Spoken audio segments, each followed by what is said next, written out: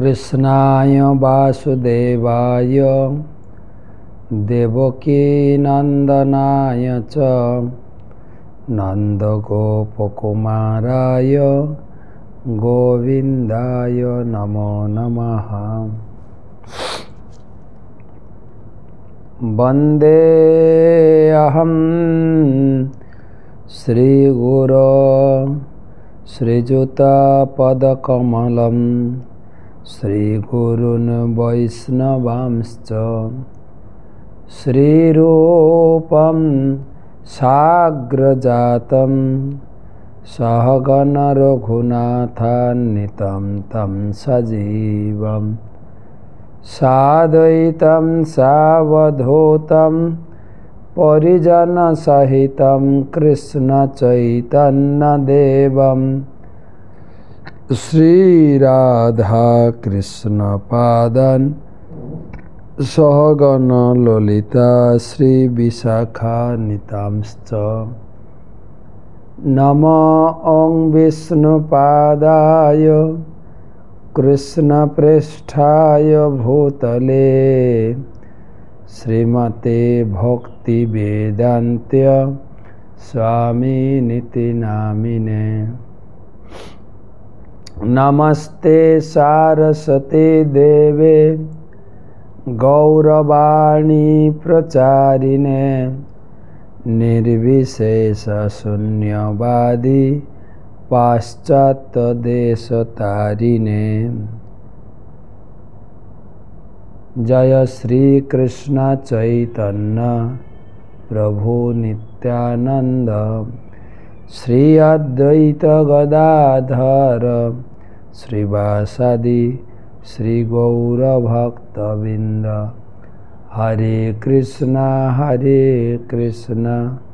कृष्ण कृष्ण हरे हरे, हरे राम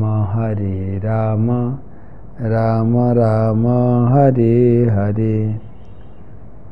ओम नमो भगवते वासुदेवाय, ओम नमो भगवते वासुदेवाय, ओम नमो भगवते वासुदेवाय। नारायणं नमस्कृत्य नरं चैव नरोत्तमं देवीं सरस्वतीं व्यासं ततो जयमुदीरये। तमादिदेवं करुणानिधानं तमालवर्णं सुहितावतारम् अपार संसार समुद्र सेतुं भजामहे भागवत स्वरूपम। ग्रंथराज श्रीमद् भागवतम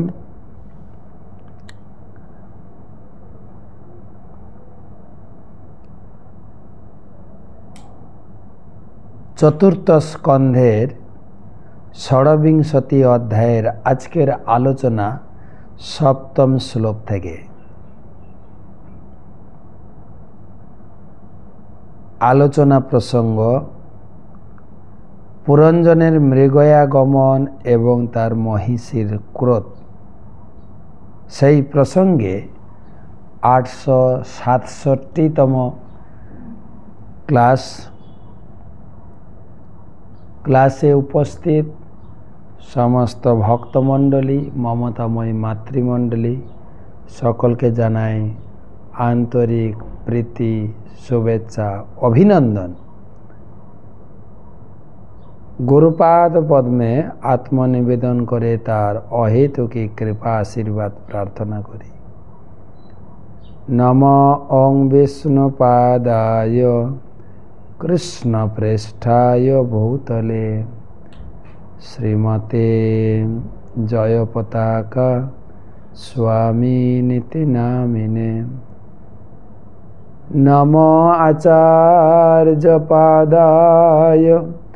निताय कृपा प्रदायिने गौरकथा धामदाय नगर ग्राम तारिणे।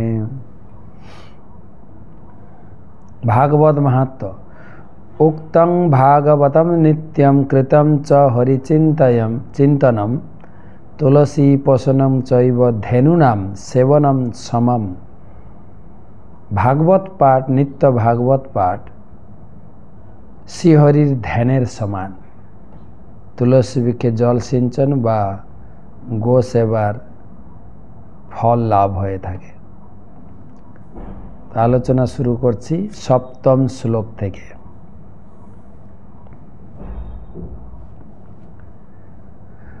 ज एवं कर्म नियतं विद्वान् कुर्वीत मानव कर्मणा तेन राजेन्द्र ज्ञानेन न स लिप्यते।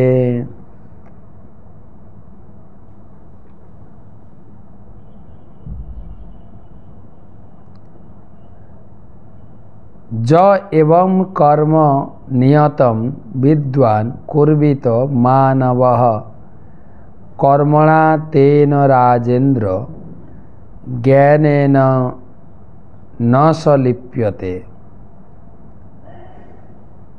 नारद मुनि महाराज प्राचीन बहिर्सत के बोलते लागलेन, हे राजन, जे व्यक्ति वैदिक शास्त्रेर निर्देश अनुसारे कर्म करें তিনি কখনো সকাম কর্মে লিপ্ত হন না।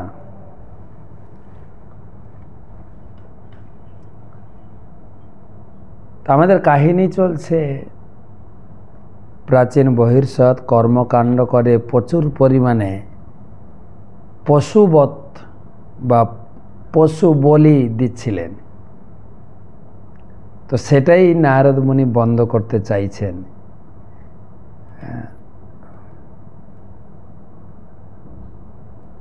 যে 5 নম্বর শ্লোকে 6 নম্বর শ্লোকে বলা হয়েছে যে যারা কর্মকাণ্ড অনুষ্ঠান করে তাদের হৃদয়টা কঠোর হয়ে যায়, নির্দয় হয়ে যায়, নির্বিচারে বলির নাম করে পশু হত্যা করে। কিন্তু শাস্ত্রে অবাধে অনর্থক পশু হত্যার নির্দেশ দেওয়া হয়নি। তো আজকের শ্লোকে বলছেন যে শাস্ত্রের নির্দেশ অনুসারে কর্ম করা উচিত। আপনারা নিয়মিত আমার গীতা ক্লাস শুনছেন। আমাদের গীতা ক্লাস চলছে 3য় অধ্যায়ের কর্মের উপরে আলোচনা।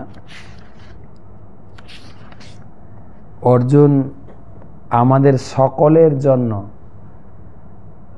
ভগবান কৃষ্ণকে দিয়ে জগতে একটা সিদ্ধান্ত বা কর্ম করার উপায়, কি কর্ম করব কি কর্ম করব না, কর্ম কয় প্রকার, কোন কর্মের কি গতি, সে বিষয়ে আমাদের হয়ে প্রশ্ন করেছেন অর্জুনকে, কৃষ্ণকে। অর্জুন প্রশ্ন করেছেন কৃষ্ণকে। সেখান থেকেই আমরা পুরো দিক নির্দেশনা পেতে পারি কি কর্ম আমাদের করা উচিত। প্রথমে ভগবান সিদ্ধান্ত স্থাপন করেছেন কর্ম করতেই হবে, কর্ম না করলে কর্মফল থেকে মুক্ত হওয়া যায় না, এবং কর্মের সিদ্ধিও লাভ করা যায় না। কর্ম না করলে তুমি খেতে পাবে না, এটাও বলেছে। সব কিছু সিদ্ধান্ত প্রতিস্থাপন করার পরে ভগবান উত্তর দিলেন কর্ম করতেই হবে। কর্ম 3 প্রকার, কর্ম, বিকর্ম, অকর্ম। কর্ম মানে সকাম কর্ম, বিকর্ম মানে পাপ কর্ম, অকর্ম মানে ভগবানের সেবা। কেবল তুমি ভগবানের সেবা করো, আর অন্য কিছু। যজ্ঞার্থাৎ কর্ম নহনত্র লোক অয়ং কর্মবন্ধন। কেবল যজ্ঞের নিমিত্ত বা ভগবানের সন্তুষ্টি বিধানের নিমিত্ত কর্ম করো। আর এটাই নারদ মুনি তিনি রাজা প্রাচীন বহির্সৎকে এটাই শিখাচ্ছেন। তো শাস্ত্রে যে নির্দেশনা দেওয়া হয়েছে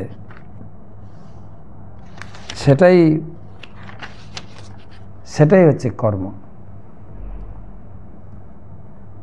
শাস্ত্র অনুসারে কর্ম করে। এই সকাম কর্মে পশু বলি এটা ওটা না করে সকাম কর্ম বাদ দিয়ে কেবল শাস্ত্র নির্দেশিত কর্ম, বা গীতায় বলেছেন 16 অধ্যায়, য শাস্ত্রবিধি উৎসৃজ্য বর্ততে কাম কারত ন সিদ্ধিম অবাপ্নতি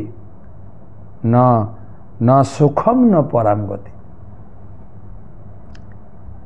নিজের মন গড়া, লোকে বলে না কর্মই ধর্ম। হ্যাঁ, আমার কাছে ধর্ম হচ্ছে সংসারে কাজ করা, সংসার ধর্ম বড় ধর্ম। অনেকে লোকে অনেক কিছু আবোল তাবোল বকতে পারে, কিন্তু শাস্ত্রে যেটা আছে সেটাই তো কি বলা যায়, সেটাই নির্দেশিত। অন্য কোনো কথা আমার কথা বিচার হবে না। যেরকম রাস্তায় চলতে গেলে রাস্তার বাঁ দিকে চলতে হবে, গাড়ি চালান নিজে হেঁটে চলুন, সাইকেল চালান বাঁ দিকে চলতে। কেউ বলবো না আমি এই নিয়ম চেঞ্জ করবো, আমি ডান দিকে যাব, হতে পারে না। আপনার নিয়ম, ওনার নিয়ম, ওর নিয়ম, ওসব কোনো নিয়ম চলে না, শাস্ত্রের নিয়ম। তাই ভগবান কৃষ্ণ 16 অধ্যায় বলে য শাস্ত্রবিধি উৎসৃজ্য, যিনি শাস্ত্র মানেন না, লোকে বলেন আমি ধর্মকর্ম মানি না, যিনি শাস্ত্র মানেন না, নিজের খেয়াল খুশি মতো কাজ করেন, ন সুখম ন পরাম গতি ন সিদ্ধিম আপনতি, কোনো কিছুতে সিদ্ধি লাভ করবে না, সুখ পাবে না, আর মৃত্যুর পরে ভালো গতিও হবে না। ছেলে মেয়ে বলতে পারে আমার বাবা স্বর্গে গেছেন, কিন্তু তুমি স্বর্গেও যাবে না, কর্মতে আটকে যাবে। তস্মাৎ শাস্ত্র প্রমাণতে কার্য কার্য বিভাগ ব্যবস্থিত জ্ঞাত্যা শাস্ত্র বিধানোক্তম কর্ম কর্তম নিহাসি। তস্মাৎ অতএব কর্তব্য অকর্তব্য নির্ধারণের জন্য শাস্ত্রই একমাত্র প্রমাণ। জ্ঞাত্যা শাস্ত্র বিধানোক্ত, শাস্ত্রের বিধান অনুসরণ করে কর্তব্য করা উচিত। তাই এটাই নারদমুনি সেই কথাই প্রাচীন বহির্ষদ মহারাজকে বলছেন, হে রাজন, যিনি বৈদিক শাস্ত্র নির্দেশ অনুসারে কর্ম করেন তিনি কখনো সকাম কর্মে লিপ্ত হন না। সরকার যেমন নাগরিকদের বিশেষভাবে কার্য করার জন্য বাণিজ্যিক ট্রেড লাইসেন্স প্রদান করেন, তেমনি আমাদের সমস্ত সকাম কর্মগুলিকে নিয়ন্ত্রণ ও সংযত করার জন্য বেদে নানা প্রকার নির্দেশ দেওয়া হয়েছে।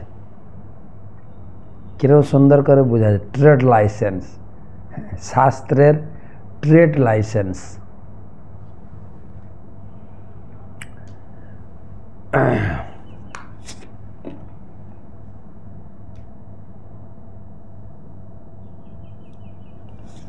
তো সমস্ত জীবন এই জড়জগতে এসেছে উপভোগ করার জন্য, তাই এই উপভোগ করার প্রবণতাকে নিয়ন্ত্রণ করার জন্য বেদ প্রদান করা হয়েছে। যিনি বৈদিক অনুসারে তার ইন্দ্রিয় সুখভোগ উপভোগ করেন তিনি কখনো কর্মের বন্ধনে আবদ্ধ হন না। যে শ্লোকটা আমি বললাম প্রভুপাদ এখানে লিখেছেন, তাই গীতায় বলা হয়েছে যজ্ঞার্থাৎ কর্ম ন, যজ্ঞ অনুষ্ঠানের জন্য অথবা ভগবানের সেবার জন্যই কেবল কর্ম করা উচিত, অন্যত্র লোকয়ম কর্মবন্ধন। তা না হলে যে কোনো কর্মই ফল উৎপাদন করবে, যার ফলে জীব আবদ্ধ হয়ে পড়বে। মনুষ্য জীবনের উদ্দেশ্য হচ্ছে জন্ম মৃত্যুর জরা ব্যাধি থেকে মুক্ত হওয়া।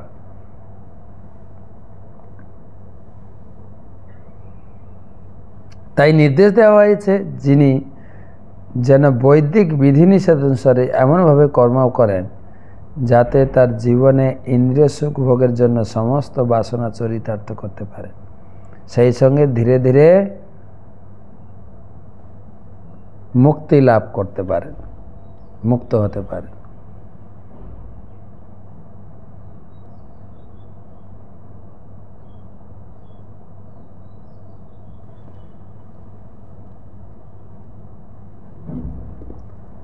এই প্রকার নিয়ম অনুসারে অনুষ্ঠিত কর্মকে বলা হয় জ্ঞান। বাস্তবিক পক্ষে বেদ শব্দটির অর্থ হচ্ছে জ্ঞান। জ্ঞানেন ন স লিপ্যতে উক্তিটির অর্থ হচ্ছে যে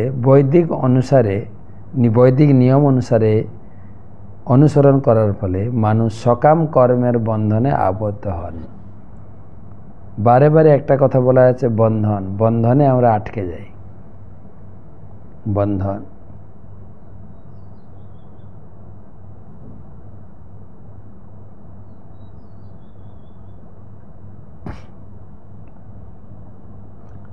তাই দায়িত্বহীনভাবে আচরণ না করে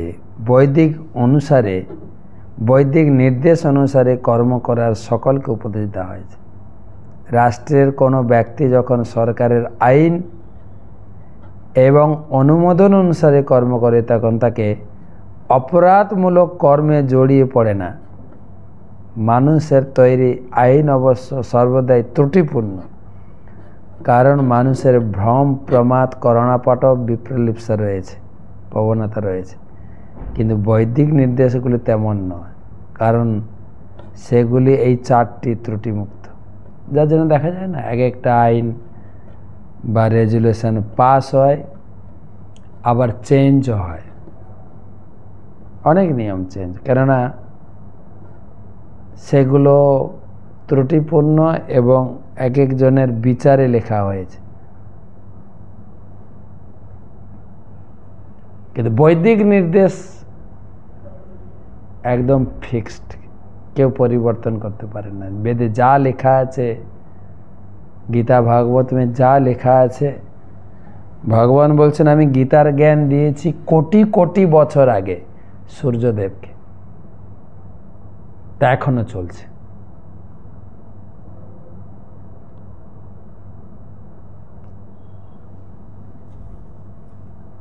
কোটি কোটি বছর।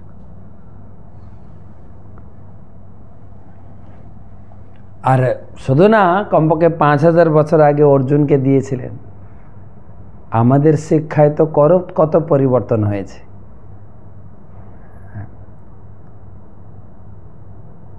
আমি শুনেছি আমার দাদু বাবা তারা পড়েছেন জমি মাপনীয়, কাঠা, গন্ডা, মন, সের। এখন তো এগুলো নেই। এখন কিলো এসে গেছে, কিলো। মন, সের নেই। কিন্তু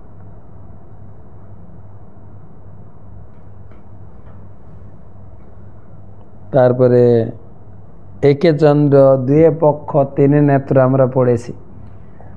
একে চন্দ্র মানে আকাশে একটা চন্দ্র, দুয়ে পক্ষ মানে দুটি পক্ষ, তিনে নেত্র সকলে 3টা চোখ, 2টো চোখ আর একটা হচ্ছে জ্ঞান নেত্র।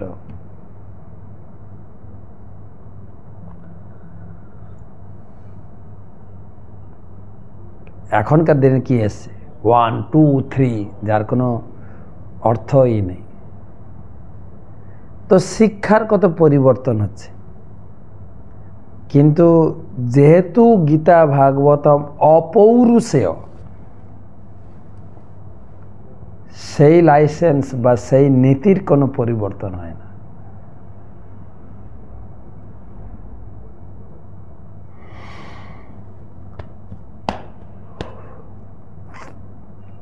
সেজন্য এখানে বলছেন, যেহেতু 4টি ত্রুটিমুক্ত ভগবান ব্যাসদেব, তাই এগুলো অভ্রান্ত, যা লেখা হয়ে গেছে ওটাই থাকছে। দেখবেন অনেক সময় কিছু কথা বলে লোকে বেদের দৃষ্টান্ত দেয়, তোর বাক্য কি বেদের বাক্য নাকি, মেনে নিতে হবে? মানতে পারে না লোকে।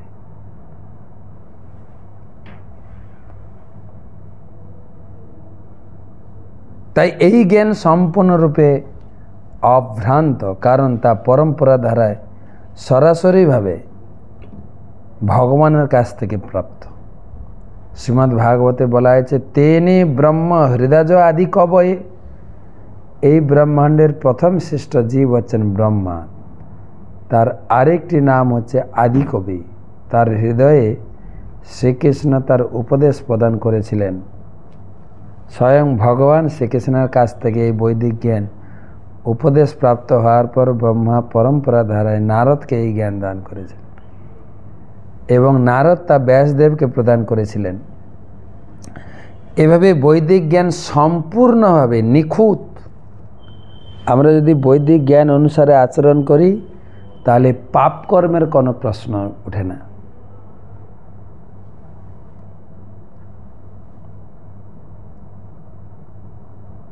তাই মহারাজ প্রাচীন বহির্ষদকে নারদ মুনি বলছেন, শাস্ত্র মেনে কাজ করুন, আন্দাজে কেন করতে যাবেন? লোকে নিজের মতো ধর্ম টর্ম তৈরি করে, আমার ক্ষেত্রে এটাই ধর্ম না। ধর্মের আইন গীতা ভাগবতম থেকে পাবেন। গীতা পড়লে কাকে পুজো করব, কি ধর্ম করব, ধর্মের কোন কাজটি আমাকে করতে হবে, অন্যথা কর্ম কর্মাণ মানারূঢ় নিবদ্ধতে গুণ প্রভাব পতিত নষ্ট প্রজ্ঞ ব্রজত্তধ। অন্যথা কর্ম কর্মাণ মানারূঢ় নিবদ্ধতে গুণ প্রভাব পতিত নষ্ট প্রজ্ঞ ব্রজত্তধ। আর যে ব্যক্তি নিজের খেয়াল খুশি মতো আচরণ করে সে তার অহংকারের প্রভাবে অধপতিত হয় এবং এইভাবে প্রকৃতির তিনটি গুণের বন্ধনে আবদ্ধ হয়। তার ফলে জীব তার প্রকৃত বুদ্ধি বর্জিত হয়ে জন্ম মৃত্যুর চক্রে চিরকালের জন্য হারিয়ে যায়। এইভাবে সে মলের কীটাণু থেকে শুরু করে ব্রহ্মলোকে অতি উন্নত পথ পর্যন্ত যোনিতে ভ্রমণ করে।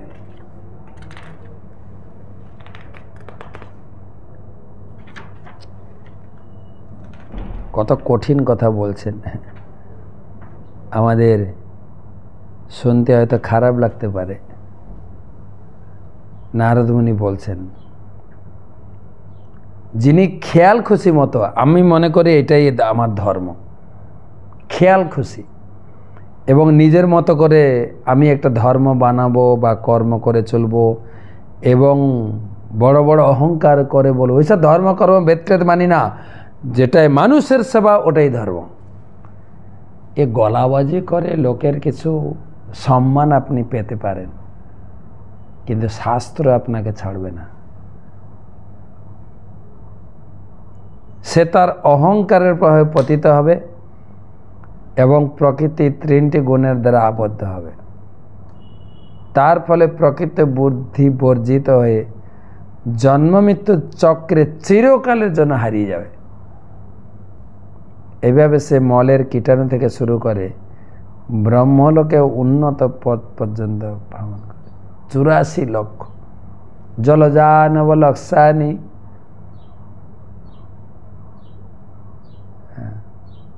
কৃময় রুদ্র সংখ্যক, 11 লক্ষ প্রকার কৃমিকীট, 9 লক্ষ উদ্ভিদ, 4 লক্ষ মানুষ, এভাবে একদম স্পেসিফিক গুনে গুনে 84 লক্ষ। একদম কি বলা যায়, মলের কীটাণু থেকে, পায়খানায় যে পোকা তৈরি হয় সেখান থেকে একদম ব্রহ্মলোক পর্যন্ত, ব্রহ্মার পথ পর্যন্ত। অনেক বড় তাৎপর্য দিয়েছেন প্রভুপাদ। এগুলো সিদ্ধান্তিক, এগুলো প্রাচীন বহির্ষদ রাজাকে বোঝানো হচ্ছে না, বোঝানো হচ্ছে আমাকে। আমরা ভক্তি করতে গিয়েও সকাম কর্মে ফেসে যাচ্ছি, এই বেশ ভালো আছি, লোকের মনোরঞ্জনমূলক কিছু সকাম কর্ম, যজ্ঞ, এটা ওটা শেখাচ্ছি। তাৎপর্য এই শ্লোকে বহু গুরুত্বপূর্ণ শব্দ রয়েছে। প্রথমটি হচ্ছে অন্যথা, যা বৈদিক নির্দেশের বৈদিক বিধিনিষেধের পরোয়া করে না যারা, তাদের ইঙ্গিত করছে বেদের বিধিনিষেধগুলিকে বলা হয় শাস্ত্রবিধি। ভগবদ্গীতায় স্পষ্টভাবে উল্লেখ করা হয়েছে যে যারা এই শাস্ত্রবিধি স্বীকার না করে অহংকারে মত্ত হয়ে নিজের খেয়াল খুশি মতো আচরণ করে, তারা কখনো সিদ্ধি লাভ করতে পারে না, এমনকি সুখী হতে পারে না অথবা জড়জগতের বন্ধন থেকে মুক্ত হতে পারে না। যে শ্লোকটা আমরা পড়লাম, য শাস্ত্রবিধি উৎসৃজ্য বর্ততে কামকারত ন স সিদ্ধি অবাপ্নতি ন সুখং ন পরাম গতি। যিনি শাস্ত্রবিধি পরিত্যাগ করে নিজের খেয়াল খুশি মতো আচরণ করে, তারা কখনো সিদ্ধি লাভ করতে পারে না, সুখী হতে পারে না এবং পরম গতি লাভ করতে পারে না। এইভাবে যারা জেনে শুনে শাস্ত্রবিধি লঙ্ঘন করে, তারা জড়া প্রকৃতির গুণের দ্বারা দৃঢ় থেকে দৃঢ়তর বন্ধনে আবদ্ধ হয়। তাই মানব সমাজের কর্তব্য বৈদিক বিধিনিষেধগুলি পালন করা, যার সারমর্ম ভগবদ্গীতায় বর্ণিত হয়েছে। তা না হলে এই ভবসাগর থেকে কখনো উদ্ধার পাওয়া যাবে না।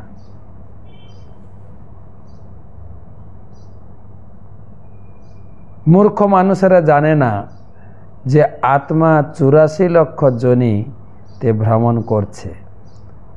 জীবনের ক্রমবিবর্তনের ফলে জীব যখন মনুষ্য শরীর প্রাপ্ত হয়, তখন প্রত্যাশা করা হয় যে সে বৈদিক বিধি নির্দেশগুলি পালন করবে।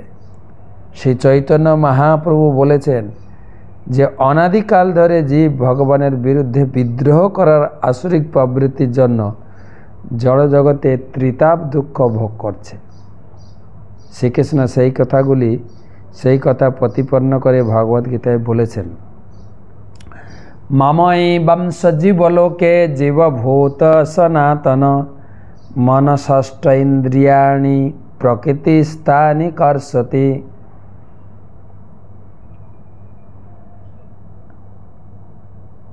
এই ভগবান বলছেন পঞ্চদশ অধ্যায়, মমই বংশ, তুমি আমার বংশের লোক, আমি তোমার পিতা। তার আগের অধ্যায়ে বললেন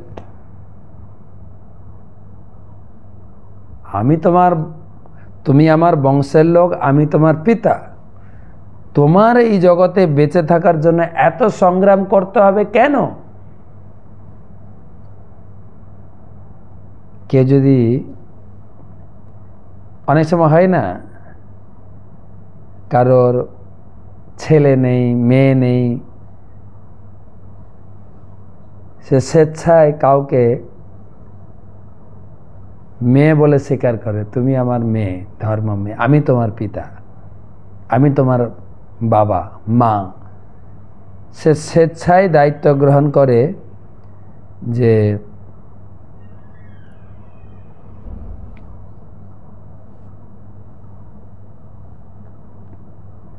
স্বেচ্ছায় দায়িত্ব গ্রহণ করে, কেননা তার দায়িত্ব আমি গ্রহণ করব। ঠিক ভগবানও তিনি দাবি করেছেন যে আমি সমস্ত জীবের পিতা, আমি তোমার মায়ের গর্ভে বীজ প্রদান করেছি,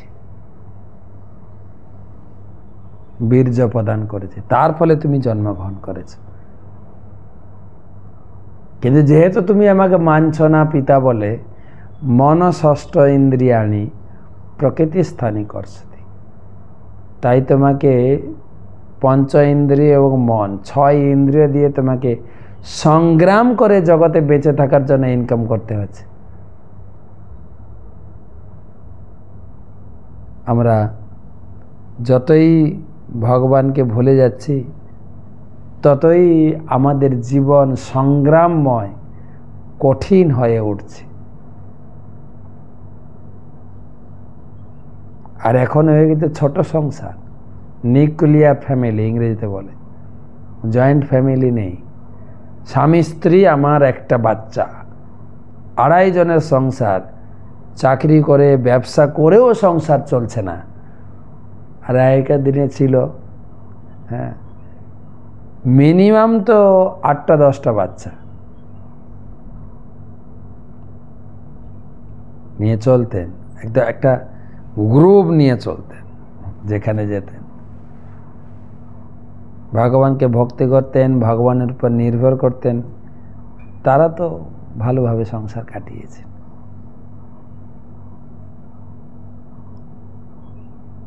যেহেতু তারা ভগবানের উপর নির্ভরশীল ছিলেন, আর তাদের খাওয়া দাওয়া পরিপাটি অনেক বেশি ছিল। আমরা শুনতাম যে দাদু 50টা লুচি, 1 বালতি ডাল খেয়ে নিতেন। তারা খেয়েছেন, উপভোগ করেছেন। কয়েকজন মিলে একটা পুকুরের জল ছাঁচবেন, মানে জল তুলে ফেলবেন। ব্রত করে 1 মাস বা 20 দিন পুকুরের পাড়ে গিয়ে জল তুলতেন, পুকুরের মাছ টাছ গিয়ে পুড়িয়ে পুড়িয়ে খেতেন। কত খেতেন। আর এখন তো সব বসার কাজ, ঘুম থেকে উঠে বসে ল্যাপটপ, গাড়িতে যাব ল্যাপটপ, অফিসে ল্যাপটপ, কাজই নেই তো খায় কতটুকু? খেতে দিলে এইটুকু দেবেন, বেশি দেবেন না, তাও জুটছে না। রেষারেষি করে, সংগ্রাম করে লোকে সংসার চালাচ্ছে। তা আবার কোনো সংসারে স্বামী স্ত্রী চাকরি করছে, তাও চলছে না। ভগবান বলছেন তোমাকে সংগ্রাম করে সংসার চালাতে হবে, যেহেতু তুমি আমাকে মানছ না। আরে আমি তোমার পিতা, তোমার সংসার চালানোর জন্য এত চিন্তা কিসের? আমি তো তোমার ভরণ পোষণের সমস্ত কিছু ব্যবস্থা করছি। কিন্তু হায় রে কপাল, লোকে কি বলে? ধর্ম করলে পেট ভরবে, ভগবান খাওয়াবে, হাতে কাজ করতে হবে। ভগবান বলছে ঠিক আছে, কাজ করেই খাও। প্রতিটা জীবই ভগবানের বিভিন্ন অংশ। তাই এই জড়জগতে আবদ্ধ হয়ে ত্রিতাপ দুঃখ ভোগ করার কোনো কারণ তার নেই। কিন্তু ভোক্তা হওয়ার ভ্রান্ত প্রচেষ্টার ফলে সে স্বেচ্ছায় এই বন্ধন স্বীকার করেছে। সেই ভয়ঙ্কর পরিস্থিতি তাকে রক্ষা করার জন্য ভগবান ব্যাসদেব রূপে অবতীর্ণ সমস্ত বৈদিক শাস্ত্র দান করেছেন। কৃষ্ণ ভুলি যেই জীব অনাদি বহির্মুখ, অতএব মায়া তারে দেয় সংসার দুঃখ। কৃষ্ণকে ভুলে যাওয়ার ফলে জীব বহির্মুখ হয়েছে, তাই কৃষ্ণের মায়া শক্তি তাকে এই জড়জগতের নানা প্রকার দুঃখ দিচ্ছে। মায়ামুগ্ধ জীবের নাহি শত কৃষ্ণ জ্ঞান, জীবের কৃপায় কইলা কৃষ্ণ বেদ পুরাণ। জীব যখন মায়ের শক্তির প্রায় ময়াচ্ছন্ন হয়ে পড়ে, তখন সে নিজে নিজে তার কৃষ্ণ ভক্তি জাগরিত করতে পারে না। তাই কৃপাপূর্বক কৃষ্ণ তাকে চতুর্বেদ এবং অষ্টাদশ পুরাণ আদি বৈদিক শাস্ত্র প্রদান করেছে। তাই প্রতিটি মানুষের কর্তব্য আছে বৈদিক নির্দেশের সদ্ব্যবহার করা। তা না হলে সে তার খেয়াল খুশি মতো কার্যকলাপের বন্ধনে আবদ্ধ হয়ে থাকবে, কোনো পথ সে খুঁজে পাবে না।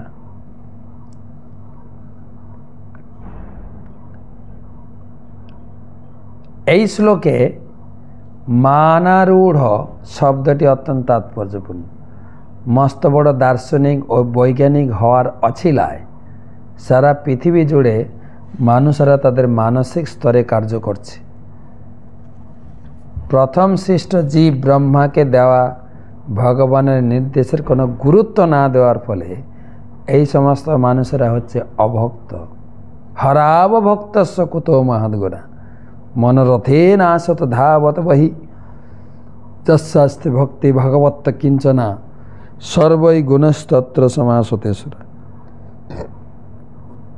যারা ভগবানের ভক্ত নয় তাদের কোনো সদ্গুণ থাকতে পারে না, কারণ তারা মানসিক স্তরে কার্য করে। যারা মানসিক স্তরে কার্য করে তাদের সময়ে সময়ে জ্ঞানের মান পরিবর্তন করতে হয়। এখন একটা করছেন, পরে আর একটা করছেন।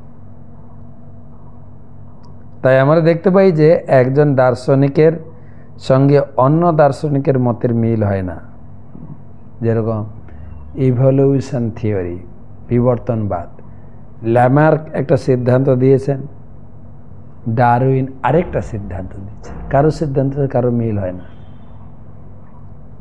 সেদিন বলছেন একজন দার্শনিকের সঙ্গে অন্য দার্শনিকের মিল হয় না। একজন বৈজ্ঞানিক অন্য একজন বৈজ্ঞানিকের মতবাদের বিরোধিতা করে তার মতবাদ উপস্থাপন করে সে লাভ উঠায়। প্রকৃত জ্ঞান রহিত হয়ে মনোধর্মের স্তরে কার্য করার ফলে এই সব হয়। কিন্তু বেদের উপদেশের মাধ্যমে আমরা আদর্শ জ্ঞান লাভ করতে পারি। বেদের বাণী কখনো কখনো পরস্পর বিরোধী বলে মনে হলেও তা অভ্রান্ত। যেহেতু বেদ হচ্ছে জ্ঞানের আদর্শ মান, আপাত দৃষ্টিতে কখনো কখনো তাদের পরস্পর বিরোধী বলে মনে হলেও তা বিনা দ্বিধায় স্বীকার করা উচিত। কেউ যদি তা স্বীকার না করে তাহলে জড়জগতের বন্ধনে আবদ্ধ থাকবে। এই শ্লোকে জড়জাগতিক পরিস্থিতিকে গুণ প্রবাহ বলে বর্ণনা করা হয়েছে।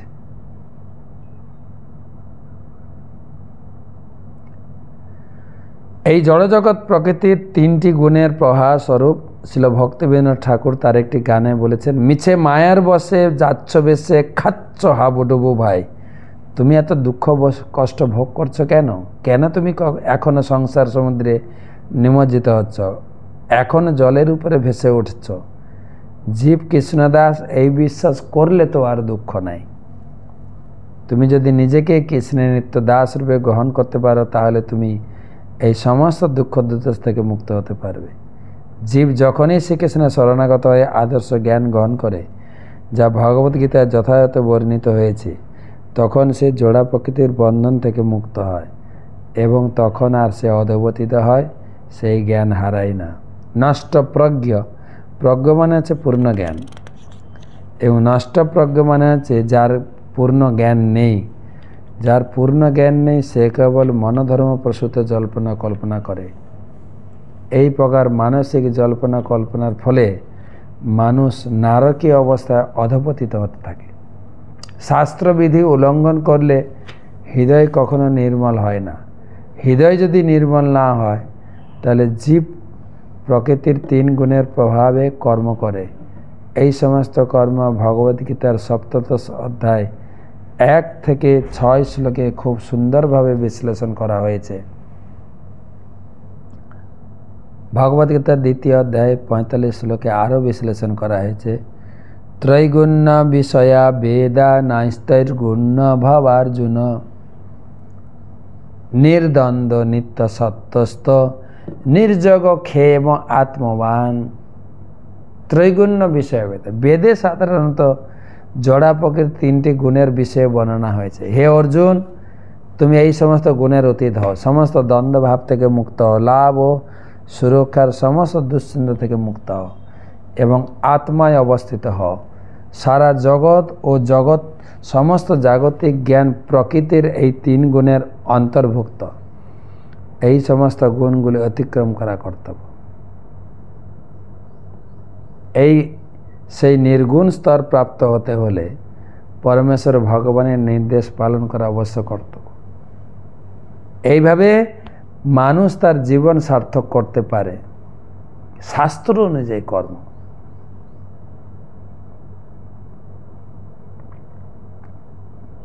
তা না হলে সে তিন গুণের তরঙ্গের আঘাতে সংসার সমুদ্রে নিমজ্জিত হবে। সেই তত্ত্ব শ্রীমদ্ ভাগবতে 7ম স্কন্ধে 5ম অধ্যায়ে 63 শ্লোকে বলা আছে, মতিন কৃষ্ণে পরতো শতো বা মিথ বিপদ্যেত গৃহ প্রতান অদান্ত গোভি বিশতাম তমিশ্রম পুনঃ পুনঃ চর্বিত চর্বনানাম। এই জড়সুখ ভোগের চেষ্টায় গভীরভাবে যুক্ত বিষয়াসক্ত ব্যক্তিরা তাদের জড় অভিজ্ঞতার অতীত আর কিছুই জানে না। তারা প্রকৃতির তরঙ্গে প্রবাহিত হয়। তাদের সুখ ভোগের প্রচেষ্টা চর্বিত বস্তু চর্বণ করার মতো। তারা তাদের অসংযত ইন্দ্রিয়ের দ্বারা সঞ্চালিত হয়। এইভাবে তারা নারকীয় জীবনের অধঃপতিত প্রদেশে অধঃপতিত হয়। ভাগবতমের আরেক জায়গা থেকে এই শ্লোকটা কোট করা হয়েছে 7ম স্কন্ধে। প্রহ্লাদ মহারাজকে তার বাবা জিজ্ঞেস করছিলেন, এইসব কোত্থেকে শিখেছিস তুই? কার কাছ থেকে শিখেছিস? হ্যাঁ, তুই তো এই বাচ্চা ছেলে, এসব শাস্ত্রের কথা শিখলি কোত্থেকে? কে তোকে শিখিয়েছে? স্কুলের মাস্টাররা শিখিয়েছে? হ্যাঁ বলতো। তখন প্রহ্লাদ মহারাজ মতেই না কৃষ্ণে শত পাপরত, নিজের চেষ্টায় বা অপরের চেষ্টায় এই শাস্ত্র জ্ঞান জানা যায় না। মিথ্যা বিপদ্দিত গ্রহণ কি উভয় চেষ্টাও না, অদান্ত কবিত।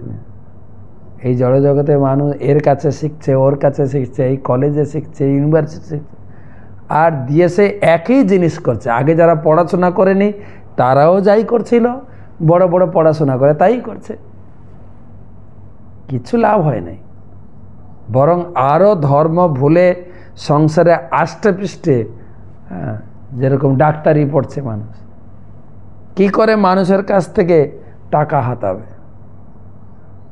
মাঝে মাঝে ভিডিও ক্লিপে দেখা যায় রোগী মরে গেছে কিন্তু ভেন্টিলেটর লাগিয়ে রেখেছে, টাকা আদায় করছে, এত টাকা বিল, এত টাকা বিল, এত টাকা বিল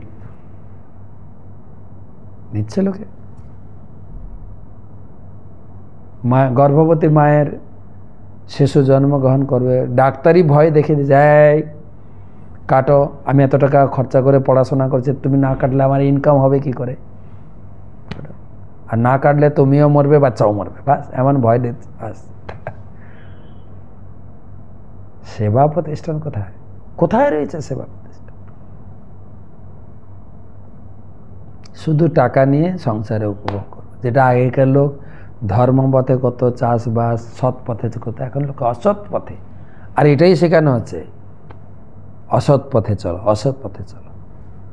তার ভিতরেও কিছু লোক ধর্মপথে চলে আসছে, এ কেবল ঈশ্বরের বিশেষ কৃপা, গুরু কৃপা বা পরিবারের গুরুজনদের কৃপা। তা না হলে গীতায় ভগবান বলছেন মনুষ্যানাম সহস্রেষু কশ্চিৎ যততে সিদ্ধায় যততাম অপি সিদ্ধানাম কশ্চিৎ মানবে। লক্ষ লক্ষ কোটি কোটি মানুষের ভিতরে দুই একজন ধর্মপথে আসবে, আর সেই ধর্মপথে আসা হাজার এক দুজন করে জুটিয়ে হাজার লোকের ভিতরে একজন সিদ্ধি লাভ করবে, সবাই না, অনেক দুর্লভ। ভক্তিটা সুদুর্লভ। যারা ভক্তিপথে রয়েছেন এই বিশেষ গুরু কৃপা, কৃষ্ণ কৃপা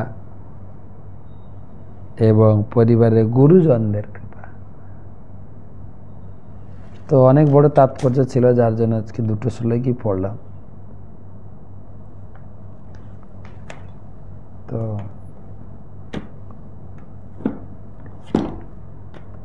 পরের কালকে তো বৃহস্পতিবার,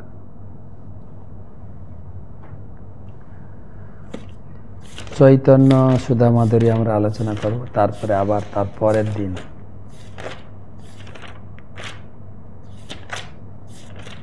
আমরা ভাগবত ক্লাস নিয়ে আসব। তো এখন আমরা কি বলা যায়, কুয়াকাটা নাম শুনে থাকবেন, বাংলাদেশের একটা প্রসিদ্ধ সি বিচ, সাগর কন্যা কুয়াকাটা, যেখানে প্রায় আমাদের 225 জন ব্রহ্মচারী, মহারাজ এবং ইস্কনের অনেক বরিষ্ঠ নেতৃস্থানীয় ভক্ত এসে আমরা 3 দিন ব্রহ্মচারী ট্রেনিং করলাম। আজকে তার অন্তিম দিন, কালকে চলে যাব পটুয়াখালীতে।